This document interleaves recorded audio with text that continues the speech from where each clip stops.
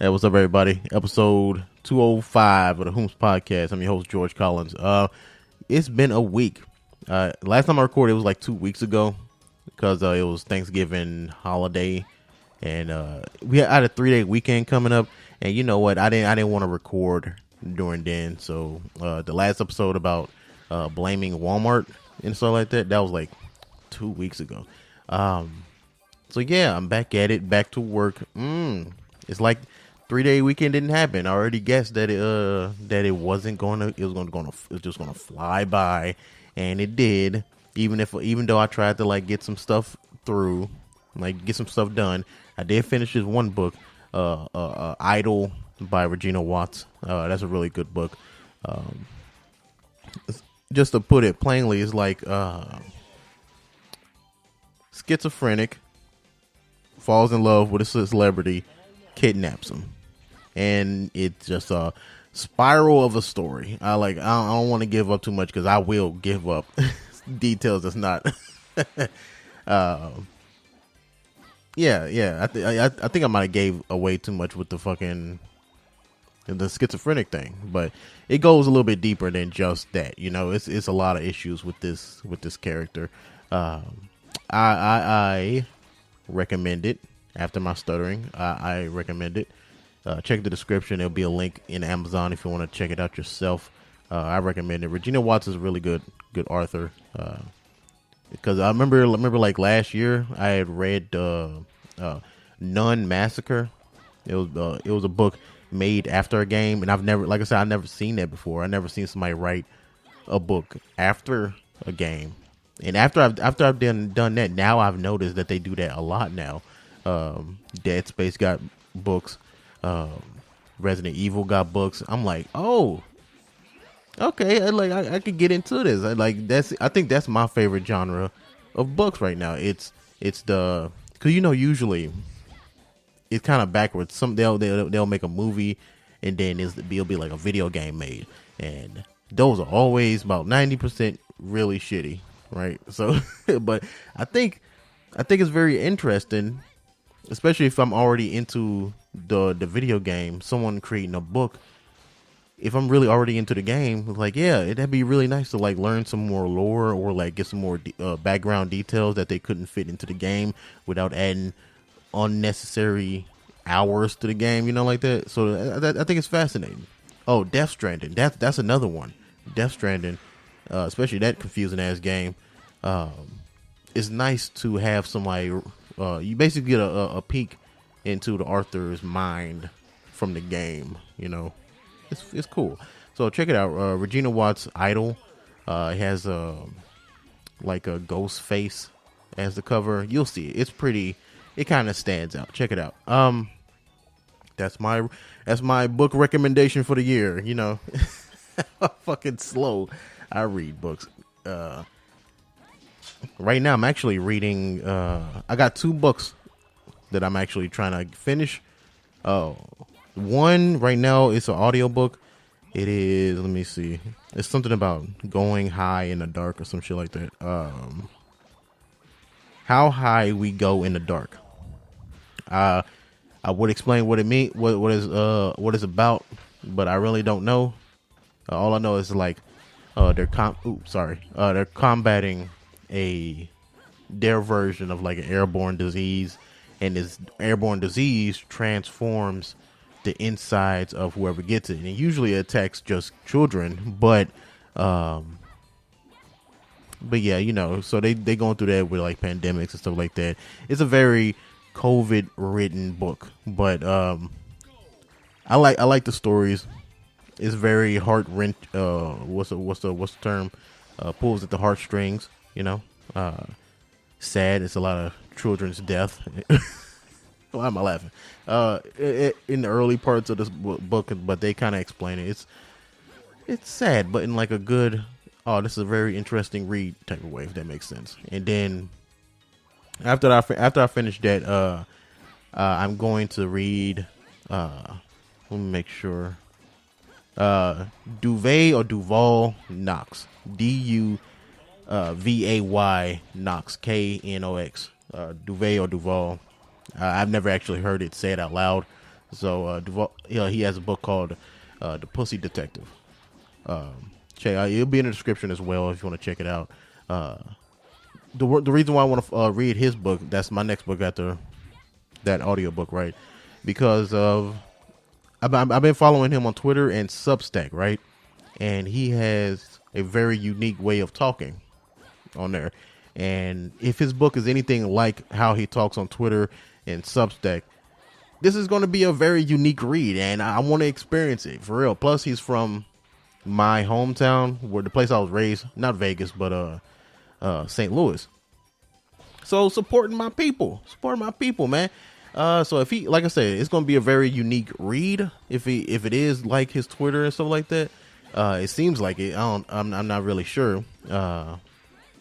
It's gonna motivate me. It is, because for like fucking years, I was so worried about like how I was supposed to write my book, how I was supposed to do it.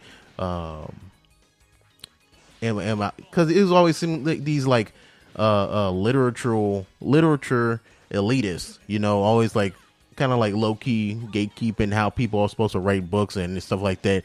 And for years, I got friends who just be like, just write whatever the fuck is on your mind, right? Just do your thing. People are gonna read it. At the end of the day, it's about the story. You know what I mean? And I get that vibe from Mr. Knox, right? And how he writes, how he types stuff. I can read it in his voice, and I've never heard this man's voice in my life ever. Never met this man, not a day in my life, right? But I can read it. How he says it. This is how he talks. This is how he does it. It's very motivating, So I definitely want to read his book, and that'll motivate me to just get my shit out there. Stop fucking around. Get your thumb out your ass. Do it. So shit, you read it before I do, man. Definitely tell me how it is. Because I'm gonna finish up this audiobook, and then the Pussy Detective by Duval Duvet Knox will be on my horizon. He's gonna fucking murder me for saying his first name wrong. He's gonna fucking punch me in the throat. Anyway, everything being in the description, all 3 books, if I remember. But yeah, other than that, I got a lot of reading done. That's like, obviously.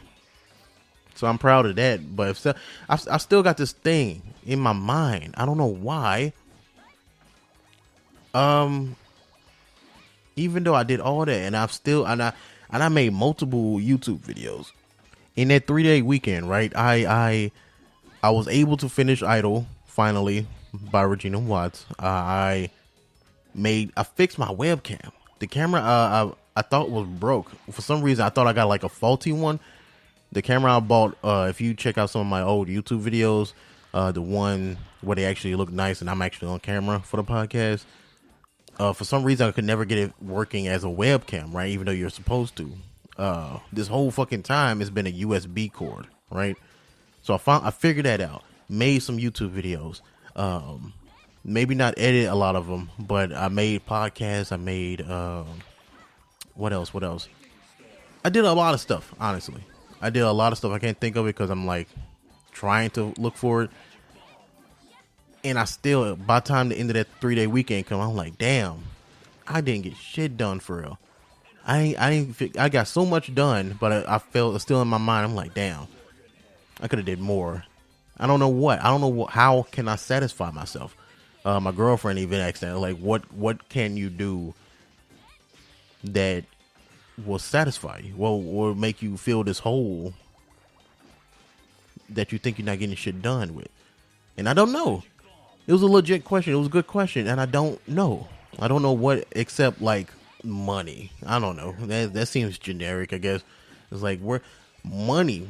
If I can do all of this and I can get like a check or something, and I can get a check after all this, then I guess that'll make me feel satisfied. But other than that, I don't know. Be staying busy but still wasting time. I don't know. That's just how I feel in the back of my mind. But hopefully I get some motivation. I'm still trying to like consume some media before I can like start writing my book again. Maybe that'll fill this void. Who knows, man? But you know what I did find out this week? I got reminded of some some old TV I used to watch. TikTok reminded me that we watched Eddie Guerrero die on TV. Like I remember seeing it, but it just in the back of my mind because I guess it didn't affect me as much, so it didn't stick with me. And yeah, fucking Eddie Guerrero from the WWE. If y'all remember, he died of a heart attack, and it happened during a match. And when I seen the TikTok, and I remember being mad at JBL. If you know JBL, he seemed like the rich redneck asshole guy character. If you all remember him, of course he was an asshole, and I didn't like him at all. He was playing a really good heel, bad guy, and he did his job. I fucking hated him. And when Eddie was wrestling, right, and Eddie just passed out. And then JBL just like ran in the ring and forced the ref to pin him. I was like, this fucking asshole taking advantage of a down man, right? But as I get older and more information comes out, JBL isn't that much of an asshole. Like he probably is in the background. I don't know, behind stage, but like in that moment, right? He pinned Eddie Guerrero because he didn't want that situation to happen. He read the situation and he didn't want the possibility of something that actually did happen. He didn't want that to be in front of the audience like that. So hurry up and pin Eddie, and then let's get him to the back and let's handle this. Let's not do it in front of all these kids and stuff like that. So it's like, as much of an asshole JBL probably is in real life, at that moment, cool guy. Yeah, I low key kind of appreciate it because it takes the attention away from what happened. Because if people just kind of freaked out, like the other wrestler, I forget who he was wrestling, and the ref, they would have just looked at Eddie like on the ground, and it would have been way more dramatic and way more. Yeah, it's just way more darker than what it became. You know, it's heart wrenching. It's like it hurts, but like it hurts if it happened right in front of you. Know what's happening, but like if you had to look back, you're like, oh shit, that one was happening. It don't hurt as much, you know. So I don't know. So I guess I appreciate JBL a little bit for that. Still an asshole, but I guess as a kid too, why it didn't stick with me, because it was kind of hard to trust anything the WWE was doing. You know, it was kind of hard to trust anything they did, because I think that was around the time I was finding out that wrestling was kind of fake, you know, and not so much fake as in what they're doing, you know, what they're like throwing themselves off of like ladders and breaking through tables and stuff like that. That stuff isn't fake, but it's scripted. They already know who's gonna win, blah blah blah. But it's all a play. It's just a giant physical play, right? So I was like, no. So is this Eddie thing like a scripted thing? What's going on here, right? I know Eddie died before Chris Benoit did, but it was kind of like, I guess it was kind of hard to believe anything that WWE was doing, and it didn't help that I don't know how long between Eddie and Chris Benoit thing happened, but I don't know. I won't say months. I'm going to say I'm pretty sure I'm wrong, but like months after Vince McMahon, the CEO, right? I forget the exact situation, what was going on, but I think he was like, he was depressed about something, right? Something was going on. I don't know if he was retiring. People didn't like him. I know that. People just did not fucking like him. People hated him at the time during the story arc, right? And this one night, Vince is just like doing a slow walk from the offices in the back, and is just slowly following him outside to a limo. And to this limo, they did the fucking cleanest transition. I don't know where they edited, how they did it to this day. I need to look it up to see how they did it, but they did the cleanest transition from him walking into the limo. You see his leg go up on the ground and go into the limo, and then that bitch just explodes. Live TV, right? So we like, everybody hates him, but like, at that moment you like, oh shit, Vince McMahon just died. Oh, the Vince McMahon just died. It's kind of like, you know, how did they do it? Because we couldn't, nobody, you know, at the time, because this is around the time that the internet wasn't as prominent as it is now. Because I can Google search it right now and figure it out. But then the internet was going on, but I was like roughly 13 to 15, right? The most I was doing on the internet right now was like Facebook, Bebo, checking some emails, playing flash games. That's about it. Like, I wasn't checking the news for anything like that. I didn't go on YouTube to like look up the video like they would now, because the highlight would already be there the moment it happened, right? You already have like YouTubers reacting to it and breaking it down. These people who just live and breathe whatever topic they're talking about. Like this, we didn't have that back then. So it happened. Vince McMahon hit this limo and it fucking explodes. And then that episode of I think it was Monday Night Raw, it just ends. It just ends, right? And it's just the end of it, right? So you just got to sit on it. And the next week, right? Next week, the first thing you see the next week is not funny, but the circumstances of how they had to like take a step back. The first thing you see on the next week's Monday Night Raw, I'm pretty sure it was Raw, I could be wrong, is Vince McMahon. He's like, oh, that was fake, sorry. He's like, the first thing you see is Vince McMahon. You're like, hey, hold up, didn't you die? What the fuck is going on here, huh? And the only reason why they reversed it, they retconned it, that he didn't die, is because obviously they faked it, but they had to retcon it because Chris Benoit just killed his family. Chris Benoit killed his family and then killed himself. I'm pretty sure you heard about it. If you haven't, look that shit up. Look it up. Double murder suicide. That's what it was. Chris Benoit, for years, he already been having like issues with his head, like I guess concussions, and then just that shit's fucking with his head on top of like steroids, just all types of stuff. I don't even know all the details to this day. All I know, he was going through some shit on top of with the drugs and the head injuries, because one of his main moves is diving off the rope and headbutting you. I'm pretty sure that wasn't good for you after fucking years, right? On top of, I guess he had a really good relationship with Eddie Guerrero, and I guess that was really fucking with him as well. But like I said, I was a kid at the time, so I wasn't really following certain storylines like that, like certain background storylines, you know? Like, you didn't have Instagram back then where they was like taking selfies together and shit. If they were, it was like really hidden. But like I said, it wasn't really active. Anyway, a lot of stuff was bothering him, and that happened, right? So Vince McMahon, first thing you see is him like, yeah, Chris Benoit has passed away, and I don't remember if they gave away details of what happened live on TV, but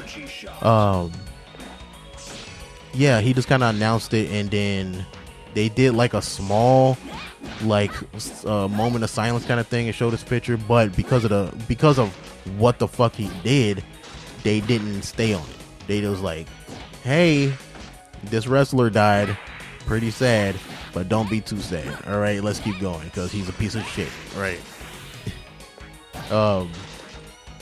Yeah, it's just like after that, you was like, damn, what the fuck? It was look, like I said, it's not funny. The situation of Chris killing his family and himself isn't funny, but when it happened and how it happened with like Vince McMahon just killing himself story wise, and having to back it up. That shit was fucking hilarious. You're like, what the fuck is going on here? And the WWE hasn't really been the same since, for real. Oh man, bro. All right, fast forward a week. Yeah, man. I don't know what happened, honestly, but I felt like the episode was gonna be too short, so I was like, oh, let me sit on it, let me sleep for a day or two, let me think of some topics or whatever, right? And then a week happened. I almost didn't even record this part. Well, whatever. Nothing really happened. I recorded a couple of blurs, episode 33. That's out right now. Spotify, Apple, whatever. We talk about a lot of stuff. Like, we talk about, I ain't gonna lie to you, I paused it and looked it up. I swear, I do so much stuff. After I record, I forget everything I talked about. Like, even if I edit right after I record, I have to while I'm listening to it, I have to type up the description as I'm listening, because I forgot already. It's like a test. It's like I do all this studying in the moment I'm done with the test. That's it. I'm done. I'm not even thinking about the shit no more. But some good things did happen this week. Not so much in news. I'm not really following it too much because it kind of all just feels the same. But I figured out a way to get into F1, because I've been talking about getting into like some type of sport, and so far the one thing that's been getting my attention a lot is driving. And I'm not even a car guy. That's what's crazy. So this kind of came out of left field a little bit. Granted, I'm not able to like name none of these cars or anything like that, but I was like, I'm not a car person at all. I really don't care about it.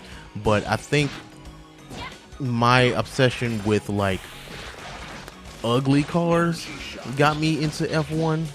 Not that F1, not the cars at F1 are ugly or anything like that, but I'm not into like Mustangs and Lamborghinis and all that stuff like that. I'm into like, let me look up some names real quick. Okay, I can't find all of them, but one is called the Satsuma, and then just look at this episode on the website, blurs.co or whomst.substack.com. This episode 205, right? I got pictures. I'm gonna have pictures of the cars that I'm talking about. The Satsuma, or the one I'm looking at right now, is the Nissan Cherry, or the 1971 Nissan Cherry, or it's a van. That's weird. Okay, and the Datsun 100A. It's just these weirdly boxy. Oh, I wasn't even talking in the mic. My fault. Just look in the description of this episode, you'll see the pictures. It's just like these weirdly old European looking cars, right? And these YouTube channels that I'm looking at, they'll suit these things up. These are slow cars. These are whatever, right? It's cars like this or similar to very boxy, very what's the name of it? Initial D anime type of cars, right? So it's not like Fast and the Furious Japanese drifting cars or anything like this, but it gives the same feel. So they customize these cars and they drift them and they make them fast and they make them into these like sleeper cars, and that's more fascinating. And you'll see these cars in like rally races as well, where these motherfuckers. Okay, I followed this Instagram. I'll get the name real quick while I'm saying it. Where the dude, these people are like, it's not this person, but they're posting clips of rally races, and these dudes are going like 125, 130 on like these one lane roads in the middle of the woods. You got like trees and shit like that. Like you can't see no more than 50 feet in front of them. So they're required to have like a co-driver. Like eventually I'm gonna learn all the terms and all that stuff like that, but like they got these co-drivers who who basically have this fucking MapQuest ass paper book, this booklet, just like naming off like, hey, we gotta turn in 50 feet. They're saying it in a different way. They're saying it in almost cold. Like it's not like, hey, you got like I said, in 50 feet it's going to be a right. Maybe like, oh, intersection coming in. They say all this stuff and they say it so fast. I'm like, how? Or they say it in such an order. I'm like, how is the driver handling it? How is this driver going 130 in this Walmart lane, this thin ass Walmart aisle lane, and taking all these commands, which I'm pretty sure it's not like right away, because it sounds like the co-driver sounds like they're saying it in order. You know, it's like, okay, you got a turn coming in 100 feet. After that, it's gonna be a U-turn. End of the day, they'll say like 3 or 4 commands right away, right?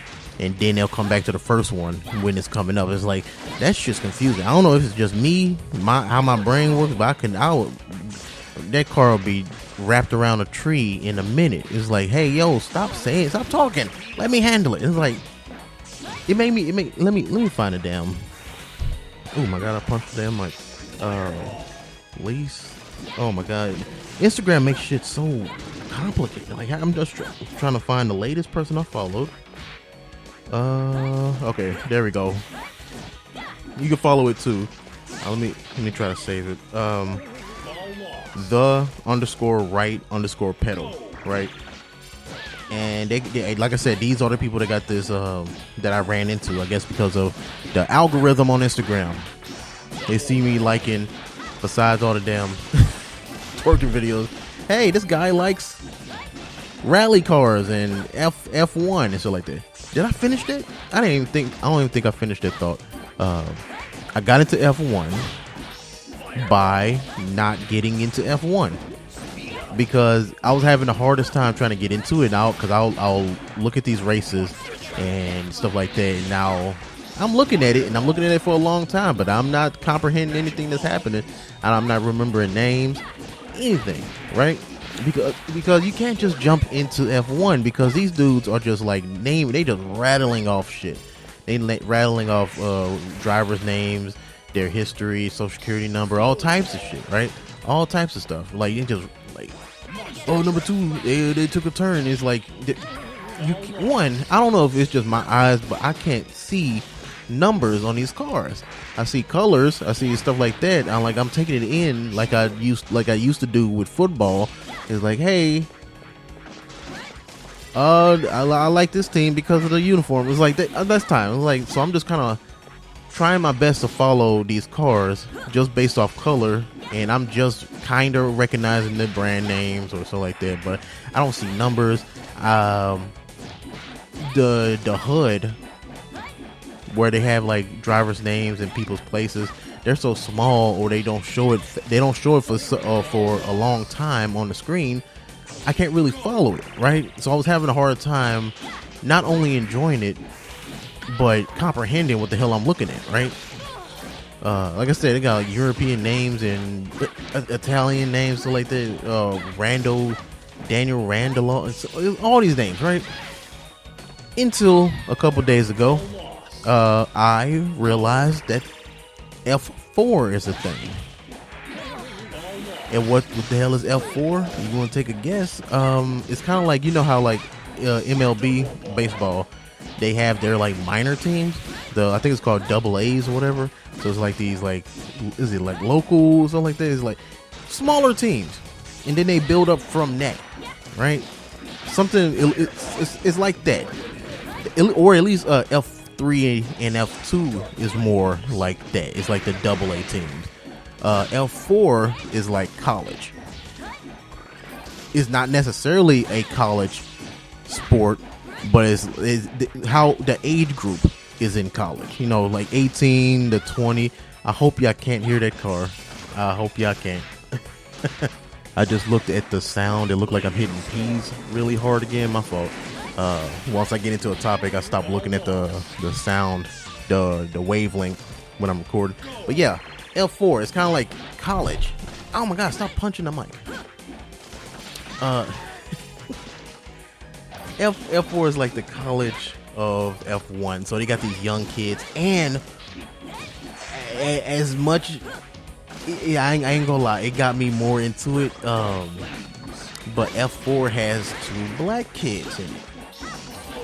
They have 2 black dudes in it. I'm like, if there is black dudes in F1, they're I don't know where they are. I don't know where they are. Right? I'm pretty sure it is, but it has nothing to do with like racism or anything like that. I'm pretty sure they're just not as good as like some of these like higher up guys, right? So never heard of them. You barely see these dudes' faces in the first place. So yeah, but F4, and or at least this YouTube live that I was watching, right? They did a better job, most likely because there's not that much information to be shown, right? I think they did a better job of showing who we're looking at, right? Because a lot of the cameras that's in F1, they'll go inside the pit with the driver or the cockpit. I don't know what they call it. Right? It's the camera, the helmet camera. Jesus Christ. And you get the POV of them driving, but a lot of the times they do it so quick or they don't show the name. It's like, who car are we inside, huh? Like, come on, like, so it's so much. Before, lower budget, of course, shittier mics, all that type of stuff. When they do the inside the car camera, they show the name of the person driving and their picture too. So it's like that's how I figured out it was 2 black kids driving as well. So I'm like, damn. I think it's out of season at the moment. It's off season, but I definitely subscribe to the YouTube channel, and I'm gonna continue to follow up on these races because I want to follow these dudes' career. And you know what? Yeah, I'm not gonna lie. It's because they're black too. It's like that definitely helps get something like, oh, I have something in common with these dudes. You know, like follow their career. Hopefully they make something out of it. That'd be nice. It'd be nice if I maybe say their names. One kid's name, he's a number 8, David Burkett. I'm pretty sure I've said his last name hella wrong. Burketh. And then number 24, Nicholas Rivers. I definitely will be following these guys. Hopefully they have a Twitter. I probably should check that. But they so young and it's like a new age. Who knows? What's the other name I said? Nicholas. Yeah, I'm doing this live. So what? Nicholas. Just so I can prove that I'm actually following these. And because if I don't, I'm gonna fucking forget. It's a lot of Nicholas Rivers. Oh wait, no, there we go. Oh, he doesn't have Twitter. All right, never mind. Whatever, I tried. Definitely like that picture, so I can find it later. But yeah, man, I'm really excited about this because F4 obviously is not the high tech cars from F1. It's like glorified go-karts, like way more. It was like really powerful go-karts, right? But damn, it's the same concept. It's the same thing. So yeah, once the season comes back, and you know what? Well, you really got your boy's attention. The ticket sales. The tickets, like if I can go to a city where they actually are doing the F4 drives, I looked it up. These things are like $20, $30 to watch a race for a whole weekend. That's a deal, bro, for the same thing as F1, but probably not as loud, not as obnoxious as some of the fans can be. Because you already know every sport, everything has out there obnoxious ass fans, man. People who take the stuff way too seriously. But yeah.